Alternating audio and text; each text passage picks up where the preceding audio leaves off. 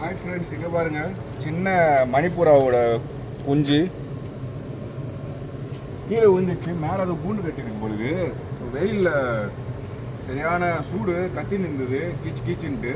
ஏதோ அணில் குட்டி கத்துற மாதிரி இருந்தது. வந்து பார்த்தா இதோட குஞ்சு.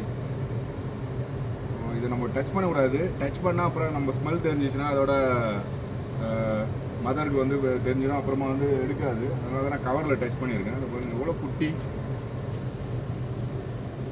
ரொம்ப சின்ன குஞ்சு. ஸோ கூண்டுலேருந்து கீழே வந்து வீண்ட்டு வீண்ட்டு சூட்டுக்கு லபலபான்னு கத்தின்னு இருக்குது. ஸோ இதை நம்ம அப்படி ஓரமாக வச்சிடலாம், டச்சும் பண்ணக்கூடாது. அப்புறம் அது வரைக்கும் பாருங்கள் ஆத்தா, அது வரைக்கும் பாருங்கள் மணிப்புறா, அதோட குஞ்சு தான்.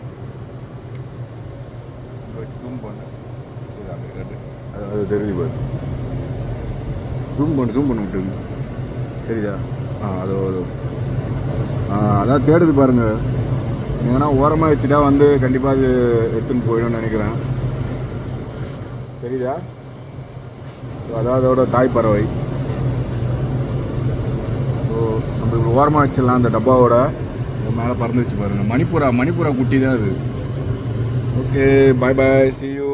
ஓரமாக போய் வச்சிடுறேன்.